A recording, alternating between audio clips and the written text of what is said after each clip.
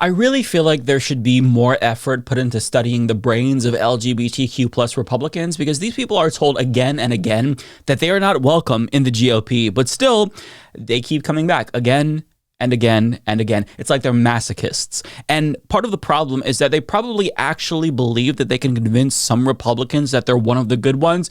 But at the end of the day, they're always reminded that they will never be accepted unless they completely swear off their supposedly sinful lifestyle. For example, this popular gay Republican account on Twitter shared this post from the New York Log Cabin Republicans comparing a gay Republican to a gay Democrat with the caption saying, "We are not the same."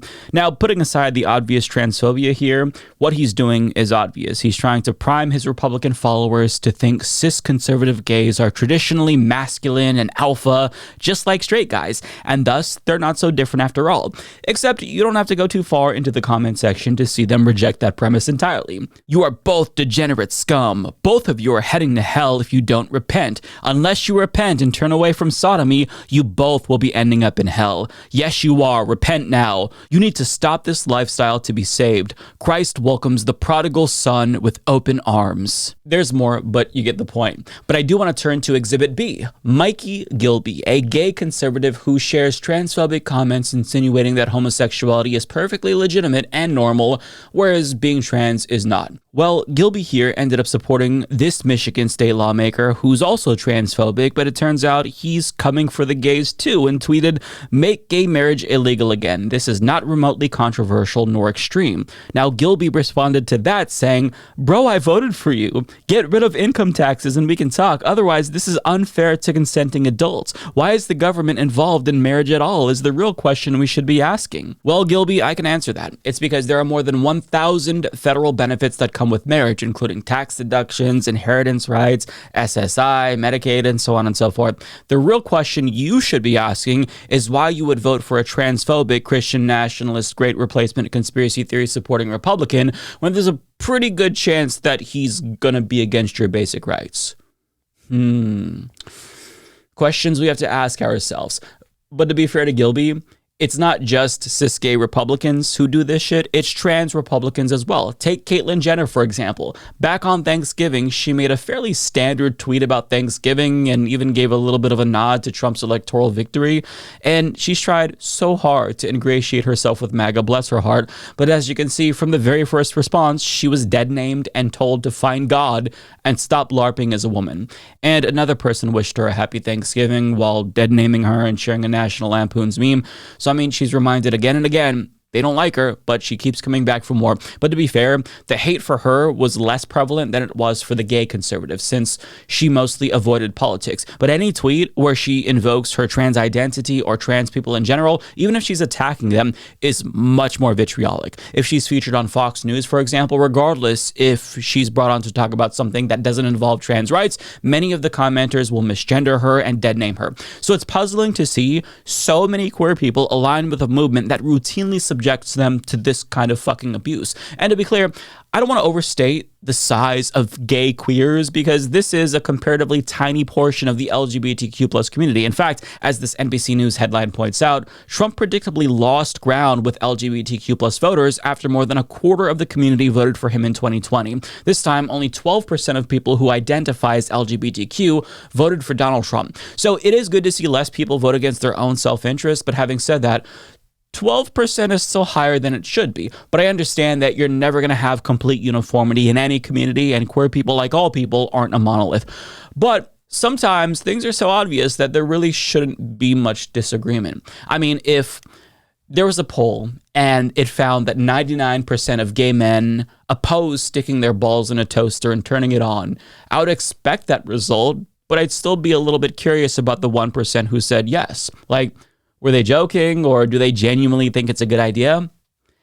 And I'm obviously being hyperbolic, of course, but the point is, supporting the Republican Party, if you're gay, is obviously a bad idea. It's nearly as bad of an idea as sticking your balls in a toaster. Nevertheless, gay Republicans still exist, perhaps because their financial or white identitarian interests align more closely with the GOP, but to the extent that they do exist, some gay Republicans who are active in the party have taken on the Sisyphean task of making the party more accepting. But as Dale Carpenter put it, they failed. He's a gay Republican in Texas who spent decades trying to reform the party, only to admit that it just couldn't be done. And the reason why it can't be done is because queers make up like 0.001% of the party, whereas white evangelicals make up almost a third of the party. So they're not going to accept 0.001% of the party when their very existence is antithetical to one of their most loyal voting blocs. It's basic math. So what usually happens is elected Republicans try to blend in and acquiesce by remaining perpetually celibate. Lindsey Graham. Or they'll adopt anti-trans policies to try to satiate the demand for anti-LGBTQ plus policies in hopes that if they sacrifice their trans siblings to the GOP, then maybe that'll spare them, but it won't, right? Very few Republicans, though, actually try to confront the party's bigotry head on. Like, we're talking about elected Republicans. They know that's a pretty bad idea, and if they're going to be tolerated in the party, they should probably know their place. But if they do try to challenge the party, it never, ever turns out well for them. And Missouri's Chris Sander, a gay Republican elected in 2020 to represent the state's 33rd district, is the perfect representation of that. K. Kerr reports, quote, Sander isn't a moderate Republican. He is a staunch supporter of Donald Trump who only strayed from the party on transgender rights. His site also touts a 100% rating from the Conservative Political Action Conference in 2022. It dropped to 87% in 2023 because of his votes against anti-trans bills. It says Sander is proudly pro-life, pro-Second Amendment, and pro-small business. It says he stands against boys and girls sports and transgender therapy for minors. Now, let's pause for a moment because we are kind of getting a little bit of a contradiction here. On one hand, he said that he's against trans people in sports and he's against gender-affirming healthcare for minors, yet he voted against it. So, did he have a change of heart? Well, the answer is no. He was seemingly against those bills, not because they were transphobic, but because he thought that they were bad bills that needed amendments, but his own party wouldn't let him off for any. And to make matters worse, he was a bit pissed off because he wasn't even allowed to talk about the bills, even though other legislators were given the opportunity to do just that. So he kind of felt singled out. And he says he voted on every single bill that he wasn't allowed to speak on, which happened to be all of the anti-trans bills that they were considering at the time. But their treatment of him was pretty unsurprising considering the experience that he had leading up to that point. Like, if he says, oh my God, they wouldn't even let me speak. Well, when we learn about how he was treated when he got elected, it's bad. K. Kerr continues, but as soon as he joined the legislature in January of 2021, Sander ran into trouble. Sander remembers receiving a package in the mail from a former state legislator. Inside was a book called Changed, touting the success of conversion therapy, a debunked practice that seeks to change someone's sexual orientation. It kind of separated me from everybody else in the legislature because they noticed something was different, Sanders said. But I considered that whole event, scenario, conversations, the book, all that is like bullying. Yeah, no shit. Sanders rankled other state Republicans during his unsuccessful attempts to change the language of the Missouri Constitution to recognize that marriage is between two individuals, as with same-sex marriage, instead of between a man and a woman, its current language. The U.S. Supreme Court's 2015 decision in Obergefell v. Hodges legalized same-sex marriage nationally, superseding Missouri's ban. Sander first introduced the bill in 2022. He reintroduced it again for the 2023 legislative session after President Joe Biden signed the Respect for Marriage Act, which codifies same-sex marriage and interracial marriage. In response, the Jackson County Republican Party considered a resolution to censure Sander as a punishment, though it ultimately failed. He says, in all the 4 years there, I feel more welcome and I feel more accepted by colleagues who are Democrats, Sanders said. I've been given handwritten notes by Democrats who say, we see what you're doing, we see who you are, we appreciate how you represent a group that is not represented in the party. So from day one, they made it abundantly clear that they wanted nothing to do with this man. And his votes against those anti-trans bills, regardless of his reasoning, was evidence to them that he wasn't a real Republican. He wasn't one of them. He already wasn't one of them. They were looking for reasons to hate him because he's gay, and then he gave them ammunition, right?